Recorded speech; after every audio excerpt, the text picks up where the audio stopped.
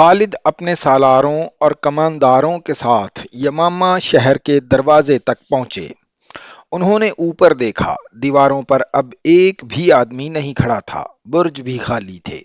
خالد کو توقع تھی کہ قلعے کے اندر انہیں بنو حنیفہ کا وہ لشکر نظر آئے گا جس کے متعلق مجاع نے انہیں بتایا تھا کہ مسلمانوں کو کچل ڈالے گا، مگر وہاں کسی لشکر کا نام و نشان نہ تھا۔ وہاں عورتیں تھیں، بچے اور بوڑھے تھے، جوان آدمی ایک بھی نظر نہیں آتا تھا۔ عورتیں اپنے گھروں کے سامنے کھڑی تھیں، بعض منڈیروں پر بیٹھی تھیں، ان میں زیادہ تر عورتیں رو رہی تھیں، ان کے خامند، باپ، بھائی یا بیٹے جنگ میں مارے گئے تھے۔ ابن مرارہ، خالد نے مجاع سے پوچھا، وہ لشکر کہاں ہے؟ دیکھ نہیں رہے ہو ابن ولید؟ مجاع نے دروازے کے سامنے اور چھتوں پر کھڑی عورتوں کی طرف اشارہ کر کے کہا، یہ ہے وہ لشکر جو شہر کی دیواروں پر تیر و کمان اور برچھیاں اٹھائے کھڑا تھا۔ یہ عورتیں؟ خالد نے حیران سا ہو کے پوچھا۔ ہاں ولید کے بیٹے، مجاع نے کہا، شہر میں کوئی لشکر نہیں، یہاں صرف بوڑھے آدمی ہیں جو لڑنے کے قابل نہیں، عورتیں ہیں اور بچے ہیں۔ کیا یہ ہمارے حملے کو روک سکتے تھے؟ خالد نے پوچھا، کیا عورتیں مقابلے میں آئی تھیں؟ نہیں ابن ولید، مجاع نے کہا، یہ میری ایک چال تھی۔ شہر سے تمام آدمی لڑنے کے لیے چلے گئے ہیں، شہر میں کوئی جوان آدمی نہیں رہا تھا۔ میں اپنے قبیلے کو تباہی سے بچانا چاہتا تھا۔ میں نے تمام عورتوں اور بوڑھوں اور کم سن لڑکوں کو زرہ اور سروں پر خود پہنائی اور ان کے ہاتھوں میں تیر کمان اور برچھیاں دے کر دیواروں پر کھڑا کر دیا۔ میں نے خود باہر جا کر دیکھا، پتہ نہیں چلتا تھا کہ یہ عورتیں ہیں، بوڑھے آدمی اور کم سن لڑکے ہیں۔ میں نے تجھے موقع دیا کہ دیوار پر ایک نظر ڈال لے تاکہ تو اس جھانسے میں آ جائے کہ یمامہ میں بہت بڑا لشکر موجود ہے، اور تو میرے جھانسے میں آ گیا۔ خالد خشمگیں ہوئے، وہ مجاع کو اس دھوکے کی سزا دے سکتے تھے، لیکن اس عہد نامے کی خلاف ورزی انہیں گوارا نہیں تھی جس پر وہ دستخط کر چکے تھے۔ خدا کی قسم، خالد نے مجاع سے کہا، تو نے مجھے دھوکہ دیا ہے۔ میں تجھے دھوکہ دے سکتا ہوں، مجاع نے کہا، اپنے قبیلے کی عورتوں اور بچوں سے غداری نہیں کر سکتا۔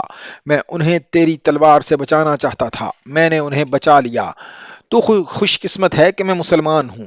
خالد نے کہا، اسلام معاہدہ توڑنے کی اجازت نہیں دیتا۔ میں صلح نامے پر دستخط کر چکا ہوں، ورنہ میں تمہاری ان تمام عورتوں کو لونڈیاں بنا لیتا۔ مجھے معلوم تھا تو ایسے نہیں کرے گا، مجاع نے کہا، لیکن ایک بات سن لے ابن مرارہ۔ خالد نے کہا، میں نے معاہدہ صرف یمامہ شہر کے لیے کیا ہے، اس میں ارد گرد کے علاقے شامل نہیں۔ میں پابند ہوں کہ یمامہ کے اندر کسی جنگی مجرم کو قتل نہ کروں۔ یمامہ کے باہر میں جسے سمجھوں گا اسے قتل ہونا چاہیے، اس کے قتل سے میں گریز نہیں کروں گا۔ ارتداد کا سب سے بڑا مرکز یمامہ تھا، جو خالد نے اکھاڑ پھینکا اور جھوٹے نبی کو ہلاک کر کے اس کی لاش کی نمائش کی گئی۔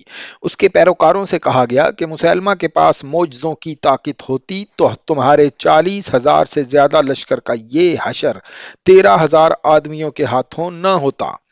بنو حنیفہ مسلمان یمامہ کی گلیوں میں اعلان کرتے پھرتے تھے، عورتیں مت ڈریں، کسی کو لونڈی نہیں بنایا جائے گا، شہر کے اندر کسی مرد، بچے یا عورت پر ہاتھ نہیں اٹھایا جائے گا۔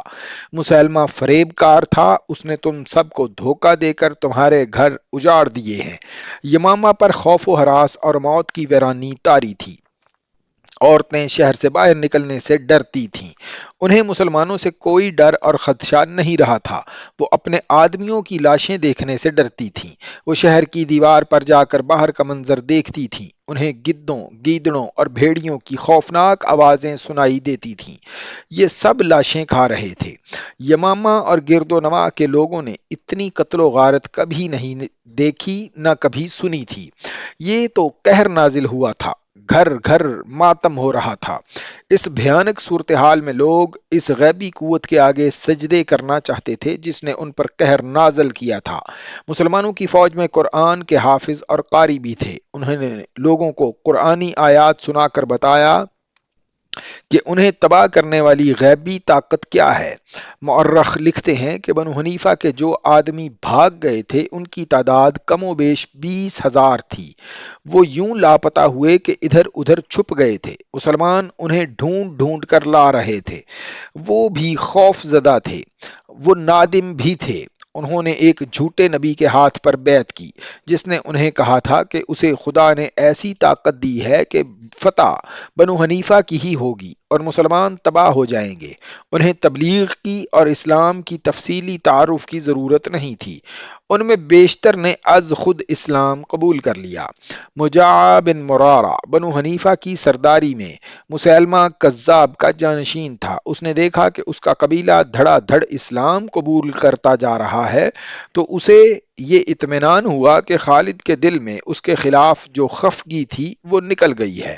بنو حنیفہ کے لوگ جوق در جوق خالد کے پاس بیعت کے لیے آ رہے تھے۔ خالد نے ان میں سے چند ایک سرکردہ افراد کا ایک وفد تیار کیا اور انہیں خلیفۃ المسلمین کے ہاتھ پر بیعت کے لیے مدینہ بھیج دیا۔ خالد کو یہ جنگ بہت مہنگی پڑی تھی۔ قدیم تحریروں اور دیگر ذرائع سے پتہ چلتا ہے کہ خالد کو اتنے بڑے لشکر پر فتح حاصل کرنے کی توقع کم ہی تھی۔ انہوں نے یہ اللہ کے بھروسے اور اپنی جنگی قابلیت کے بل بوتے پر لڑی تھی۔ ان کے اعصاب تھک کر چور ہو چکے تھے۔ اس جنگ کی خون ریزی کا اندازہ یہ ہے کہ بنو حنیفہ کے 21,000 آدمی مارے گئے۔ زخمیوں کی تعداد الگ ہے۔ اس کے مقابلے میں شہید ہونے والے مسلمانوں کی تعداد 1,200 تھی۔ ان میں 300 شہید قرآن کے حافظ تھے۔ یہاں یہ امر قابل ذکر ہے کہ جب خلیفہ ابو بکر کو اطلاع ملی کہ شہیدوں میں 300 حافظ قرآن تھے تو انہوں نے یہ سوچ کر کہ جنگوں میں قرآن کے تمام حافظ شہید ہو سکتے ہیں حکم دیا کہ قرآن ایک جگہ تحریر میں جمع کر لیا جائے۔ چنانچہ پہلی بار قرآن کو اس شکل میں مرتب کیا گیا جو آج ہمارے سامنے ہے۔ جنگ یمامہ کے بعد خالد کی کیفیت یہ تھی کہ جسمانی اور ذہنی لحاظ سے شل ہو چکے تھے۔ لیلا ان کے تھکے ماندے اعصاب سہلاتی تھی۔ مورخوں نے لکھا ہے کہ کسی بھی جنگ میں مسلمانوں کا اتنا جانی نقصان نہیں ہوا تھا۔ اب ایک ہی بار 1,200 مجاہدین شہید ہو گئے تو باقی مجاہدین پر جیسے غم کے پہاڑ آ پڑے ہوں۔ خالد دکھ اور غم کو قبول کرنے والے نہیں تھے۔ اگر وہ مرنے والوں کا ماتم کرنے بیٹھ جاتے یا دل پر غم طاری کر لیتے تو سپہ سالاری نہ کر سکتے۔ انہیں آگے چل کر عراق اور شام فتح کرنا تھا۔ انہیں ارتداد کو کچل کر اسلام کو دور دور تک پھیلانا تھا۔ اس لیے وہ اپنے آپ کو رنج و الم سے آزاد رکھتے تھے۔ ولید کے بیٹے لیلا نے کہا، میں تمہیں اس عظیم فتح پر ایک تحفہ دینا چاہتی ہوں، کیا اللہ کی خوشنودی کافی نہیں؟ خالد نے کہا، وہ تو تمہیں مل ہی گئی ہے۔ لیلا نے کہا، تم اللہ کی تلوار ہو، میں اس دنیا کی بات کر رہی ہوں، تم بہت تھک گئے ہو۔ تحفہ کیا ہے؟ خالد نے پوچھا۔ مجاع بن مرارہ کی بیٹی۔ لیلا نے کہا، تم نے اسے نہیں دیکھا، میں اس کے گھر گئی تھی۔ خوبصورت لڑکی ہے، یمامہ کا ہیرا ہے، وہ تمہیں چاہتی بھی ہے۔ کہتی ہے کہ خالد عظیم انسان ہے جس نے ہم پر فتح پا کر بھی اعلان جنگ نہیں کیا اور اعلان کیا ہے کہ کسی عورت کو لونڈی نہیں بنایا جائے گا، حالانکہ اسے یمامہ کی عورتوں نے دھوکہ دیا تھا۔ اس دور میں عربوں کے ہاں سوکن کا تصور نہیں تھا۔ خالد نے مجاع بن مرارہ سے کہا کہ وہ اس کی بیٹی کے ساتھ شادی کرنا چاہتا ہے۔ مورخوں نے لکھا کہ مجاع اتنا حیران ہوا جیسے اس نے غلط سنا ہو۔ کیا کہا تو نے ولید کے بیٹے؟ مجاع نے پوچھا۔ میں تمہاری بیٹی کے ساتھ شادی کرنا چاہتا ہوں۔ خالد نے اپنی بات دہرائی۔ کیا خلیفہ ابو بکر ہم دونوں سے خفا نہ ہوں گے؟ مجاع نے کہا۔ مجاع کے صحیح الفاظ یہ تھے کہ کیا خلیفہ ہم دونوں کی کمر نہ توڑ ڈالیں گے؟ خالد اسی پر اصرار کرتے رہے کہ وہ مجاع کی بیٹی کے ساتھ شادی کریں گے۔ آخر انہوں نے اس حسین اور جوان لڑکی کو اپنے عقد میں لے لیا۔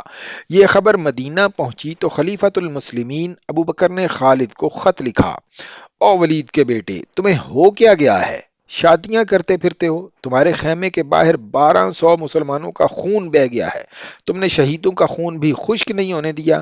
یہ عمر بن خطاب کی کارستانی ہے۔ خالد نے خط پڑھ کر زیر لب کہا، یہ معاملہ سرزنش کے خط پر ہی ختم ہو گیا۔